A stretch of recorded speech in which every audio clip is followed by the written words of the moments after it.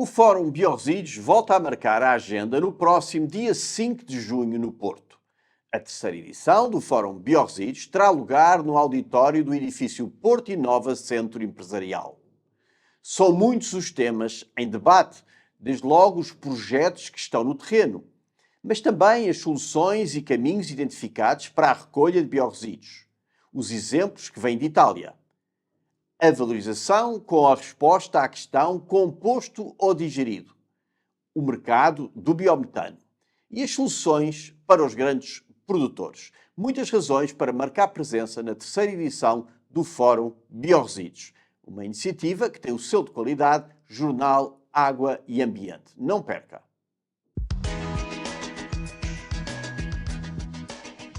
Bem-vindos ao podcast Resíduos do Jornal Água e Ambiente Online, relativo ao mês de Abril. É a nossa 8ª edição. Neste episódio vamos conversar sobre as consequências da interrupção abrupta da legislatura para o setor dos resíduos e vamos também fazer uma avaliação das melhores medidas tomadas por Graça Carvalho à frente do Ministério do Ambiente e Energia, no que aos resíduos diz respeito. As melhores medidas, mas também olharemos para as piores medidas, se for o caso, e para aquelas medidas que, sendo relevantes, não haverá oportunidade de verem a luz do dia, muito provavelmente. E para fazer esta conversa, tenho aqui como convidado o José Eduardo Martins. O José Eduardo Martins da Abreu Advogados, que faz agora 20 anos da Abreu Advogados, seguramente o advogado mais conhecido do setor dos resíduos. São muitos anos a tratar de resíduos, juridicamente, claro está. Obrigado, Zé. E também trato os meus em casa, cumprindo todas as regras. Duplamente oportuno. Obrigado. E os nossos habituais residentes, o João Pedro Rodrigues, o consultor dos consultores, quem é que não consulta o João Pedro Rodrigues, e o Paulo Praça, um homem com uma visão muito particular sobre os sistemas de gestão de resíduos urbanos e sobre o setor dos resíduos de uma forma geral. Paulo Praça é presidente da ESGRA, a Associação para a Gestão de Resíduos. E é com eles os três que vamos fazer esta conversa à volta destes dois temas. Vamos começar pelas questões que esta legislatura interrompeu e que comprometeu a interrupção da legislatura. Vamos começar por aqui, pelo meu lado direito, e pelo João Pedro. Afinal, João Pedro, quais são as questões que ficaram comprometidas? Podem ser grandes questões, mas às vezes é uma vírgula que fica comprometida e que se traduz depois numa grande questão. Às vezes é assim.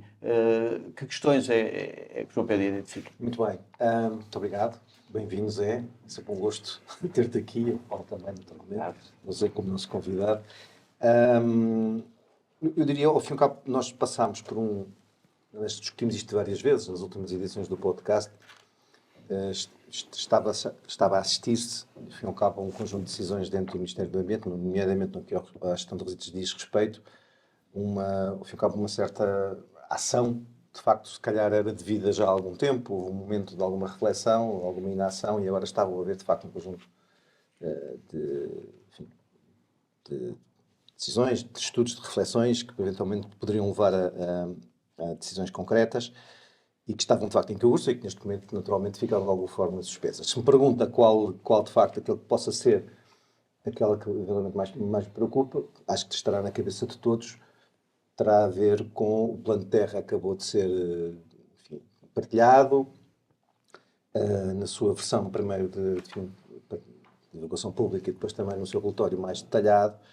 Ele deixa várias linhas de orientação e vários objetivos, nem sempre, na minha opinião, são totalmente claros, mas eu tive a oportunidade de o descrever na coluna que escrevi há dias para o jornal. Mas, obviamente, a suspensão, o plano, enfim, dá algumas orientações, identifica um conjunto de medidas, mas, evidentemente, há um conjunto de problemas que carecem de respostas em muito curto prazo. E quais são? Bem, desde logo, a questão mais premente será certamente o problema da emergência dos aterros. Na minha opinião, fez um bocado confirmar-se.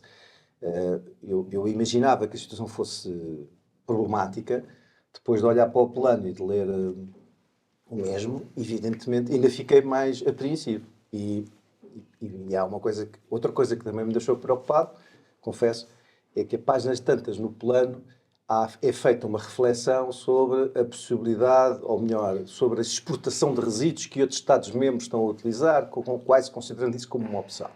Eu acho que todos concordaremos aqui que isso não é uma opção. Quer dizer, isso é uma violação do princípio da política comunitária europeia, o princípio da proximidade, na verdade, é o que está aqui em causa, e, portanto, eu espero, enfim, ao fim e ao cabo, não é dito que vamos por aí, na verdade, pelo contrário, é dito que é preciso fazer um conjunto de medidas para atalhar este tipo de problemas. Portanto, eu diria que a não concretização destes aspectos, nomeadamente esse... Eu acho, apesar de tudo, bastante realista. O que é a exportação? Não. Somos contra, com certeza. Para isto da foto, eu não te estou a contrariar. Eu só estava a ser cínico. Eu só estava a dizer que eu se calhar sou o pessimista da mesa, mas acho que uma parte já vejo como um bocadinho inevitável. O panorama do esgotamento das infraestruturas não bate só nos resíduos sólidos urbanos, bate sobretudo naquilo que era a escapatória quando os resíduos sólidos, os aterros dos resíduos sólidos urbanos estão esgotados, que são os aterros privados, os aterros de banais. E os aterros de banais, a APERA também trouxe, que é a associação que junta toda a gente dos aterros banais, também trouxe para cima da mesa uma perspectiva de esgotamento complicada. Enfim, eu não quero interromper, desculpa. A soma das duas torna a coisa... Eu estou tão pessimista. Eu não acho que vamos acabar como a Itália, ou como Malta, ou como outros países que têm que exportar todos os seus resíduos por incapacidade de tratamento, mas é a incapacidade de tratamento que leva à exportação. Ora, se nós continuarmos a olhar aqui, a fazer podcasts em vez de aterros e incineradoras, João Pedro, é uma inevitabilidade. Não, eu concordo exatamente com Os italianos também achavam que não? Claro. Eles sempre acharam que sim. João Pedro, e como é que esta interrupção de facto da legislatura pode comprometer a resposta que é preciso dar à questão dos tratamentos de aterros? Necessariamente compromete, porque evidentemente que todas as medidas que são elencadas carecem naturalmente de um impulso governativo. Mas o governo continua a governar. Continua a governar, evidentemente, mas... Ou não lhe parece não, que isso esteja a acontecer? Estou certo que estará a procurar fazê-lo. Estou certo, sei que está a tentar fazê-lo, procurar fazê-lo. Foi um cabo, enfim, conjunto de iniciativas e tem algum contacto tive com membros do gabinete recente, assim o confirmaram. Mas, evidentemente, há um momento em que, certamente, haverá alguma intervenção governativa, mais de iniciativas legislativas, porventura, que essas não são possíveis de concretizar. Isso por um lado. Por outro lado, eu acho que, vendo que temos eleições dia 18, veremos quais serão os resultados, mas há dois aspectos que o próprio Plano de Terra também alinhava e eram muito positivos, que eram, ao fim e ao cabo, uma maior, pegando da deixa que o Zé há pouco disse, da possibilidade, de facto, de uma maior intervenção do operador de gestão de resíduos privados, também numa gestão mais conjunta de toda esta fileira, que estava a ser, de algum modo, articulada, ou pelo menos refletida, e que, obviamente, agora certamente ficará suspensa, pelo menos até às eleições. E outra coisa que foi o descongelar da solução de valorização energética como uma solução efetiva de gestão de resíduos, que ficou era sempre, refletida, mas na verdade nunca assumida como tal, que aqui estava claramente assumida, com uma concretização efetiva. Percepções, não é?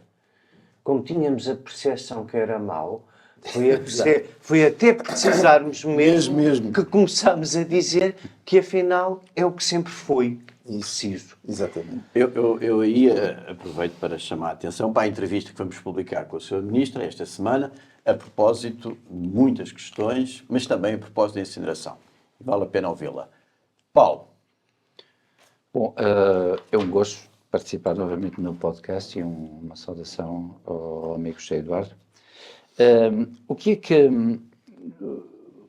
eu acho? Em primeiro lugar, estas interrupções de legislaturas são processos democráticos, mas não são nada boas em geral e não são nada boas para o setor dos resíduos, que está numa situação de emergência. Portanto, a palavra emergência foi consagrada já, digamos, publicação, Diário da República, portanto, foi declarada a situação em que o país se encontra.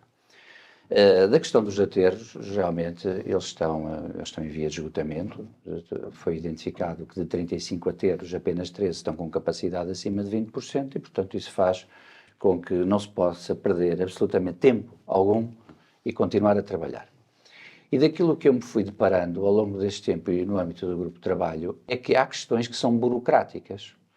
e que se há questões burocráticas, nomeadamente de licenciamentos, inclusive licenciamentos para aterros ou células de aterros previamente autorizadas, eu acho que estamos a perder muito tempo com essas questões. E, portanto, eu acho que isso nós podemos facilmente trabalhá-las, discuti-las, com reuniões regionais, setoriais, local a local, para definir o que aí está em causa. Portanto, haver objeções de caráter até político, que também estão identificadas no grupo de trabalho, haver situações em que a questão é de objeção, nomeadamente por parte das autarquias, isso implica promover reuniões com os atores indicados e fazer esse trabalho. Nem sequer estamos a falar de questões de investimento. Estamos a falar de questões burocráticas. Estamos a falar de autorizar a construção da nova célula. E isso, eu acho que temos perdido muito tempo à volta desse tema. E já agora, o que nos tem chegado é que a interpretação nem sequer é uniforme entre as várias regiões. Claro, cada CCDR entende tal e qual à sua maneira. Ora, isso é uma coisa que basta sentar as pessoas à mesa e não sairmos dessa mesma mesa enquanto não tomarmos uma decisão. Tanto quanto sei, pelo menos as últimas indicações que tenho, é que há hoje uma concertação como nunca terá havido com as diferentes CCDRs, independentemente depois de cada uma... Estás completamente enganado, visto que o advogado que na prática lida todos os dias com licenciamentos com CCDR, posso-te garantir, como agora se diz, olhos nos olhos, que isso pura e simplesmente não acontece. Queres exemplos com vários aterros e decisões diferentes? É que eu acho que não temos tempo no podcast. Mas confia na minha palavra. Nem as decisões quase sobre o tipo de garantias que têm que ser dadas são iguais. A interpretação dos mecanismos de avaliação de impacto ambiental são diferentes. A relação entre a licença de exploração e a licença ambiental, caso não tenham reparado, era tão complicada desde que as CCDRs deixaram de ter tutela de quem quer que seja na área do ambiente, porque hoje não a têm, não há poder de direção sobre as CCDRs na área do ambiente, o que provoca muitas decisões diferentes. Isso não acontece. Não acontece. Eu diria, aliás, que estamos no pior ponto da história. Há 20 anos que olho para isto, fui governante há 23 anos, eu acho que estamos no pior ponto da história da coordenação das políticas territoriais. A maior parte das vezes, quando há um fenómeno NIMBY estimulado pelas autarquias, nunca as CCDRs ajudam a combater. Bem, mas, de qualquer maneira, o Presidente da Agência Portuguesa do Ambiente está a trabalhar nesse sentido, nessa frente de concertação e de conversação com as diversas CCDRs. Vamos ver com que resultados, e sei também que o próprio Secretário de Estado está empenhado nessa frente. Dito isto... Na região centro temos, pelas minhas contas, pelo menos 6 instalações com ordem de encerramento que são essenciais ao funcionamento. Há um ano que toda a gente tem consciência desses problemas. Eles não foram resolvidos. Eu peço desculpa de estragar o otimismo geral sobre o que se pensa em Lisboa que está a acontecer nos sítios dos aterros. Não é verdade. Deve ser há mais de um ano. Há várias há mais de um ano. Várias há mais de um ano. Então, o aterro central da região centro, numa disputa entre que códigos LER pode ter, que avaliação de impacto ambiental tem que ter, uma coisa que, como diz o Paulo, estava mais que prevista na licença ambiental, a expansão para aquelas células, vejam só os casos da Resila e do Planalto Beirão para perguntar se isto é o modelo de licenciamento que responde aos problemas que todos estamos a identificar em cima da mesa. Não, é lento, é descoordenado, é burocrático, não é a favor dos operadores. E deduzo que esta, então, interrupção da legislatura não venha ajudar nem facilitar. Pelo contrário, piora tudo. Piora tudo. Eu tenho um cliente investidor estrangeiro em quem eu no outro dia dizia a propósito da interrupção da legislatura, não se preocupa, já há eleições em maio. E a resposta, em inglês, mas de quem já conhece bem o país, foi "and then comes summer". Não é? E depois vem o verão, os senhores vão todos pensar no que voltam a fazer, lá no fim do ano espera, tem outras eleições, não é? Vão andar todos preocupados com essas outras eleições. Chutou, depois não se mete o Natal, e este é que é o problema. O problema dos resíduos são decisões adiadas anos e anos e anos. O problema deste governo não foi tanto o tempo que demorou, convenhamos, o outro esteve 8 anos em funções. O problema é que todos os governantes chegam e precisam um bocadinho de arrombar a porta aberta. As pessoas têm que refletir do zero, em vez de ir seguras saber aquilo que vão fazer. E, portanto, a reflexão leva ao seu tempo. Quando tu não escolhes alguém que é completamente do setor, sabe o que se passa, não precisa que lhe venham dizer o que é que está a acontecer com o esgotamento dos aterros, com as confusões em cada uma das terras. Já agora também não são assim tantas. Aquelas onde a licença urbanística e a licença ambiental têm andado de costas voltadas, para usar o melhor dos eufemismos. Vamos lá ver. Quando chega alguém que sabe ao que vai, é naturalmente mais fácil do que quem tem que aprender. Portanto, quando tu interrompes um processo de um governo que tinha chegado à conclusão, e bem agora, que o maior problema do Ministério infraestrutural é a política de resíduos, e por várias razões, porque há muito tempo não há planeamento e o fenómeno NIMBY tomou conta das decisões, porque a gestão do ciclo de vida dos produtos não tem promovido uma economia circular que reduza e reutilize resíduos, porque os temas centrais do financiamento estão por decidir, e tudo isso que é central e está por decidir há algum tempo, nomeadamente o financiamento, o programa Terra. Finalmente, já com o governo em gestão, já com eleições marcadas, nós ficamos a conhecer o programa de ação nos resíduos. Já lá vamos ao programa Terra. De alguma forma já respondeste à questão sobre o que é que compromete esta interrupção da legislatura. É tudo isso que acabaste de dizer. É tudo isto que acabei de dizer. Senhor. Nenhuma decisão estrutural será tomada, e algumas têm que ser tomadas pela administração. A principal é esta.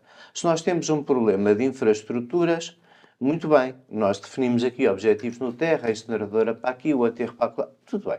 Eu estou de acordo, em geral, com os objetivos. Eu faria algumas correções, mas em geral com os objetivos. Agora, isto não me aquece nem me arrefece até me disserem qual é o município que vai dar a autorização de localização para cada um destes equipamentos, como é que a administração central se articula com ele, quais são os benefícios desse município por ser solidário com os outros, em que é que o Estado se envolve nesse processo de criação de infraestruturas, depois de 20 anos em que as pessoas se esqueceram das lixeiras, porque se as pessoas se lembrassem das lixeiras isto era mais fácil.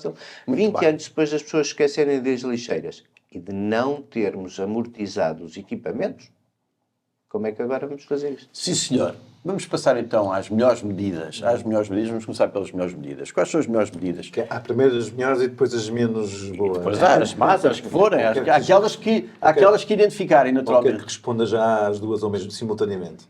Pode ser, pode ser simultaneamente. Simultaneamente, é que vai ser mais rápido. Eu diria que as melhores medidas, enfim, penso eu, por tudo aquilo que nós discutimos, eu concordo com o Zé, obviamente, que é exatamente isso. Ao fim e ao cabo, há um momento, não é possível esperar, num prazo de 6, 7 meses, de facto, que um titular de uma função governativa consiga, de facto, entrar derrompante, enfim, se não saiba antes. E, portanto, houve essa curva de aprendizagem. Eu acho que, neste caso, nós estávamos já, de facto, a chegar a esse ponto e, infelizmente, aqui as coisas ficaram interrompidas.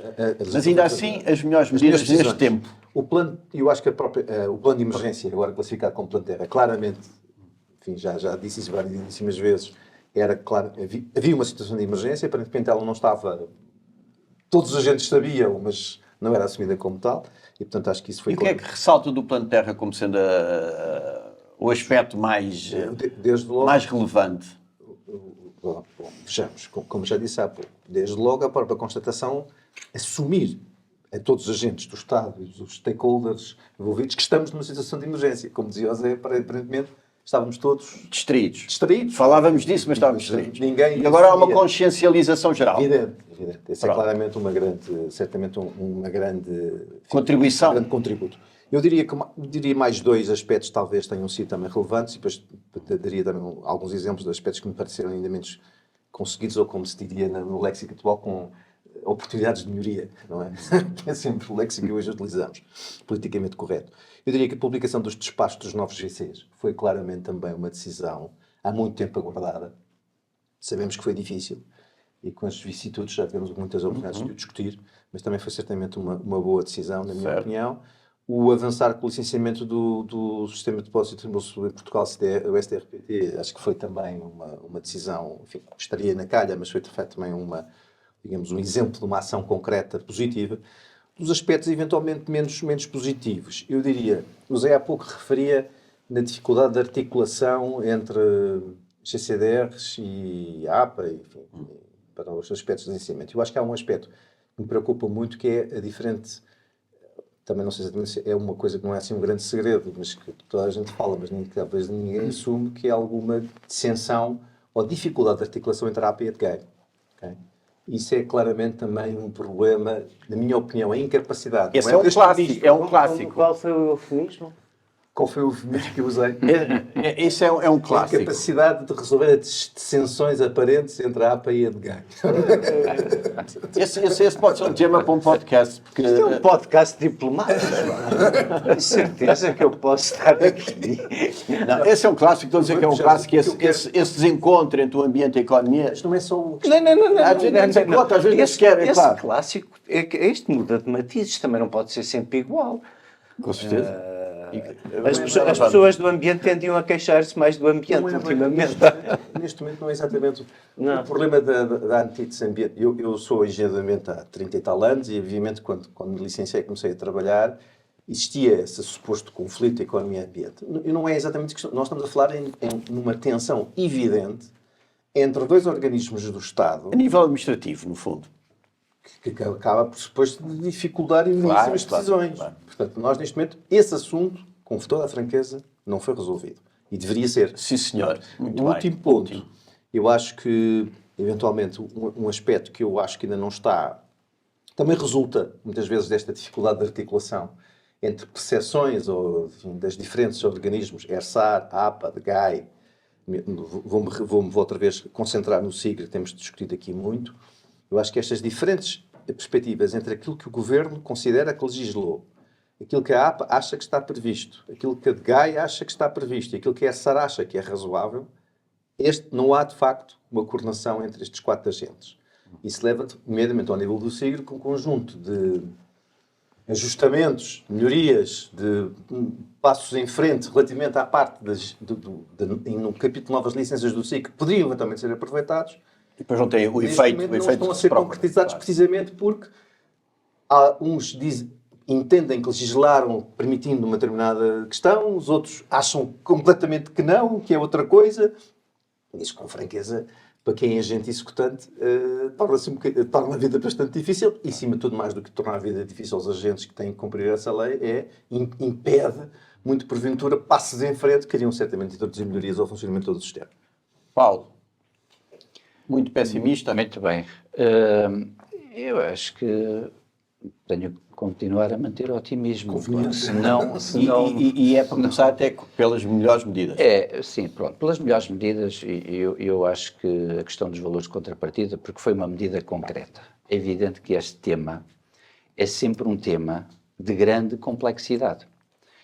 Eu vou recordar uma coisa que faz agora 22 anos, dia 24, que eu conheci o José Eduardo Martins, numa reunião em Coimbra, 23 de abril de 2003. E qual era o tema forte daquela reunião? O SIGRE. E na altura com questões, também é importante às vezes recordar estas coisas, com questões até bem mais sensíveis, porque se alegava que alguns sistemas metiam materiais fora do sistema, não sei, portanto havia temas muito, muito complexos em cima da mesa, e eu acabadinho de chegar há uns dias, de repente, disse, afinal isto é sério. Isto é sério. E mandaram-me olhar para uns gráficos e não sei o que mais. Portanto, ou seja, estamos muito, muito mais organizados, estamos muito melhor em vários aspectos, não é? Portanto, havia, de facto, ali situações típicas e eu vi que aquilo não podia continuar. Portanto, apesar dos prós e contras, eu acho que esta questão dos valores de contrapartida e do SIGRE, que terá sempre grandes discussões à volta dele, conseguimos ir evoluindo e de forma... E no plano de terra, onde é que está a Ora bem, eu escrevi há dias duas coisas sobre o plano de terra, mas alguém que não queira perder muito tempo a ler coisas que muitos de nós fomos escrevendo, eu recomendava a leitura do artigo do João Pedro Rodrigues, que numa página, eu tenho aqui, que numa página sintetiza muito bem o problema. A questão do investimento, 4,4 mil milhões de euros, 3,6 mil milhões de euros e depois 2,1 mil milhões de euros. Muita sorte não ser ERSA, senão nem metade chegava. Eu ouvi a Associação Nacional de Municípios dizer no Congresso da Associação Nacional de Municípios, para ERSA metade chega. Exatamente. E, portanto, assim, vários números assustadores, eu até tinha dificuldade em dizer esses números, que não são dos números, pronto, mas depois, chegando a um número que disponibilidades são 700 milhões de euros. Portanto, É mais ou menos como o PASAR. É mais ou menos como o PASAR.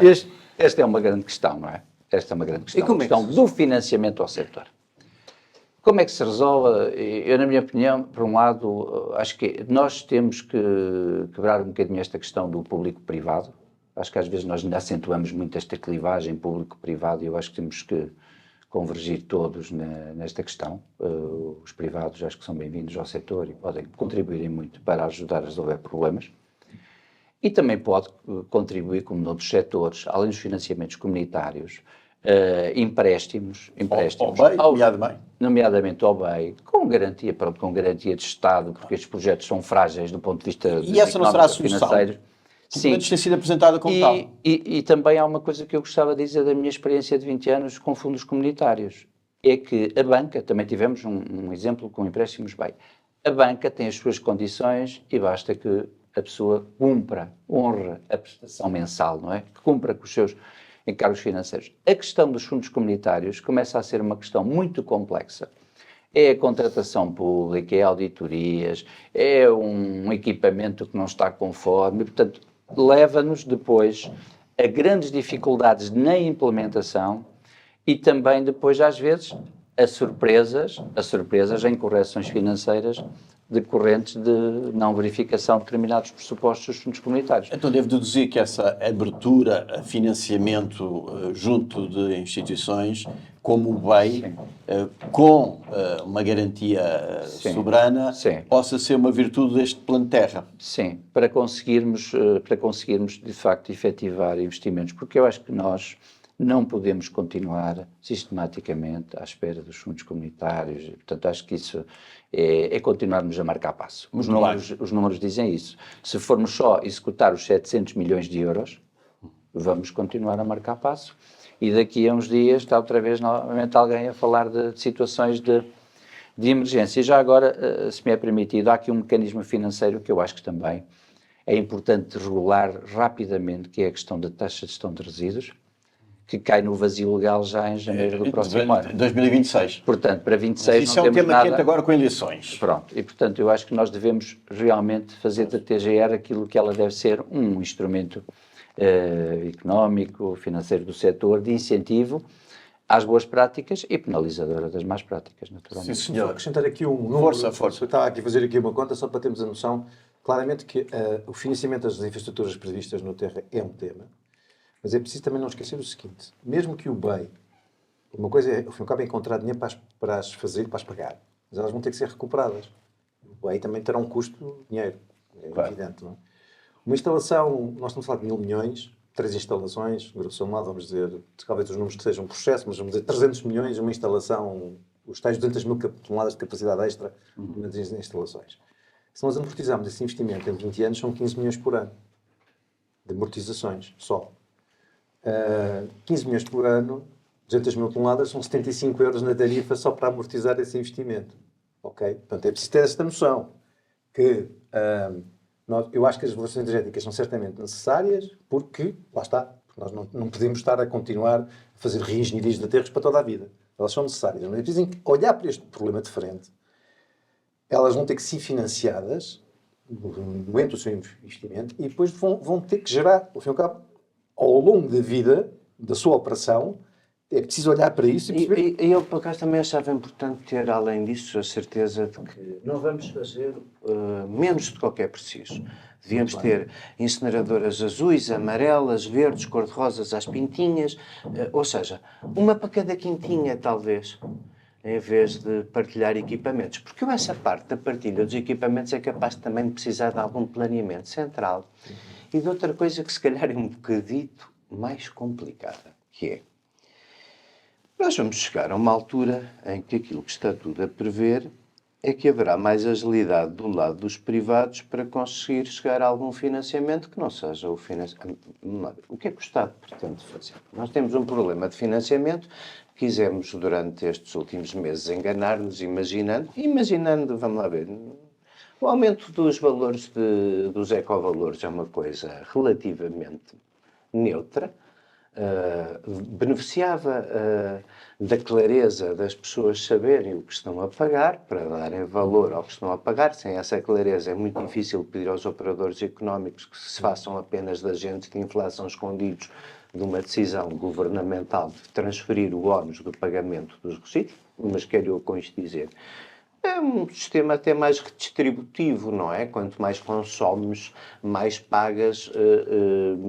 Enfim, o que haveria maneiras em sistemas paid também lá chegar. Mas, enfim, nenhum problema que os ecovalores e a responsabilidade alargada do produtor sejam um pilar importante do financiamento. Não são solução. Como é evidente, nunca terá uma dimensão de ser a solução. As tarifas, os municípios dizem, em muitos casos bem, que tem sido o escudo social das populações para não aumentar tarifas, nos casos isso será verdade, noutros não necessariamente. O tema é, então há só aqui para o grosso do financiamento, para valores reais, não é? Entre o que há e o que é preciso, só há duas maneiras. Ou o Estado fazer a garantia do financiamento, Certo? ou o Estado fazer a garantia do financiamento, e aí haverá financiamento para todos, ou sem o Estado fazer a garantia do financiamento, encontrar parcerias público-privadas. E as parcerias público-privadas são parcerias público-privadas que vão entroncar com concessões de serviços públicos gerais sujeitas à contratação pública. Vamos traduzir isto por miúdos. Se eu for fazer uma incineradora num sítio onde mais ninguém a fez e receber resíduos de outras concessões, eu não estou a fazer uma incineradora para um ano. São os contratos mais simples. Eu não estou a fazer, se calhar, uma incineradora para 5 anos. Isso também seria estúpido, não é? Pelo menos para 20. Ou pelo menos para 20, não é? Então, isso significa o quê? Um contrato de longo termo entre o equipamento e quem tem o volume dos resíduos sólidos urbanos. Então, se calhar, alguém tem que começar a pensar nos termos das concessões, não é?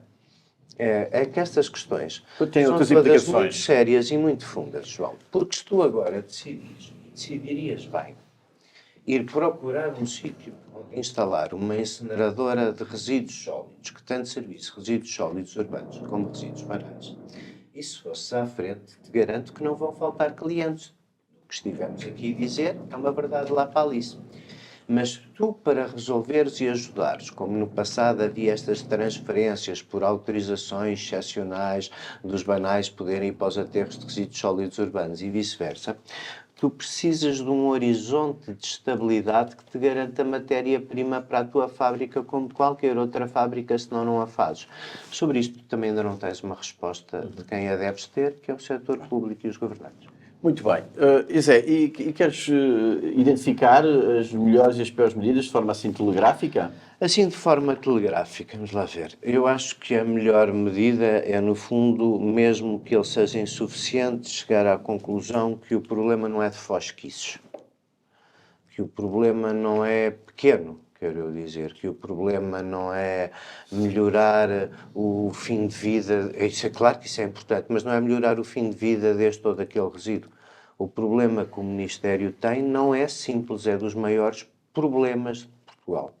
Até porque é uma face muito... A água, apesar de tudo, nos anos em que chove, a água lava a água e nós cá vamos vivendo. Os resíduos não, quando chove muito ainda é pior. E, portanto, nós não temos infraestruturas de resíduos, o reconhecimento que elas faltam é ótimo.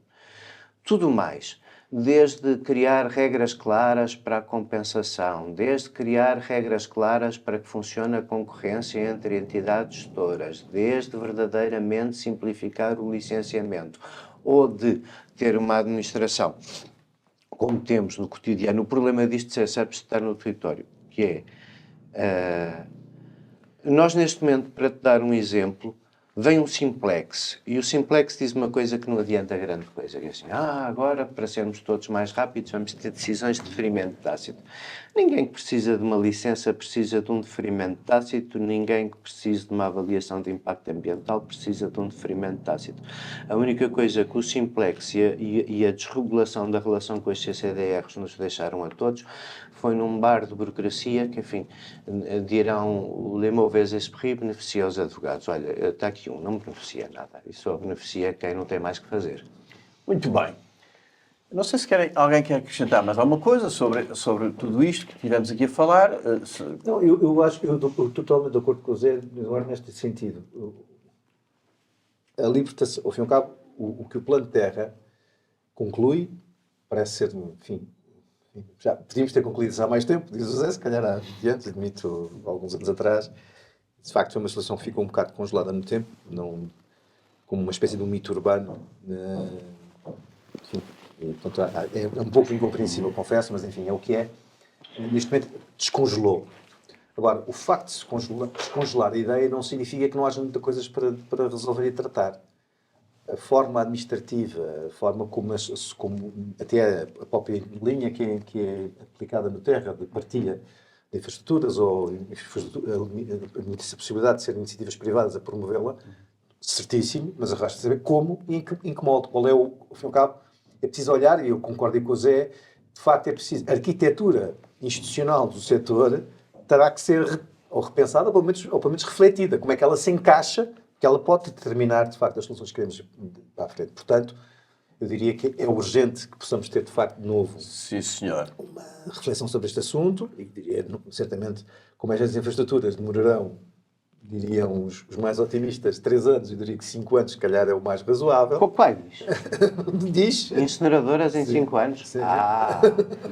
Muito bem. Não é pessimista, façam as contas. Simplex, é verdade. Façam as contas. Façam as contas. É porque eu tenho que O fazer um Ministro fala planeamento. em 5, 7 anos. 7 anos. E para ver, e para ver. olha, previsto-me há bocadinho para identificar coisas que não foram muito positivas, aquele momento em que o Secretário de Estado lança ao grupo de trabalho e a Senhora Ministra faz saber que não quer mais aterros, foi confuso, no mínimo, não foi útil, não foi esclarecedor e pelo menos ficamos agora a saber que a Senhora Ministra mudou de opinião, que é uma coisa boa. Sim, senhor. Eu acho que terminamos aqui com estas últimas palavras de João Pedro sobre o edifício dos resíduos, que existe, mas que precisa de alguma renovação e há algumas peças que têm que estar no lugar certo e a funcionar. As janelas têm que ter vista, não é? E a porta deve servir para entrar. E acho que vamos ter que esperar pelo novo governo para que as coisas, para que possamos redesenhar em algumas partes, pelo menos, não o todo, mas algumas partes e partes substanciais, seguramente que sim. E vamos então à parte final do nosso podcast, que é também telegraficamente nomear a figura do mês, por um lado, e a decisão. E podemos fazer as duas em conjunto para ser mais rápido e expedito. João Pedro. Eu, então, rapidamente, a figura, enfim, este mês foi assim, um mês curto, tivemos também uma sessão relativamente há pouco tempo, mas eu diria, achei que talvez a figura do mês, gostaria de destacar a Veolia, pela recente aquisição da Micronipol. Portanto, a Veolia está num processo, de facto, de reforço da capacidade de reciclagem e valoração de resíduos. Isso se juntou, de facto, também, mais alguns meses atrás, à aquisição da Ambitrevo.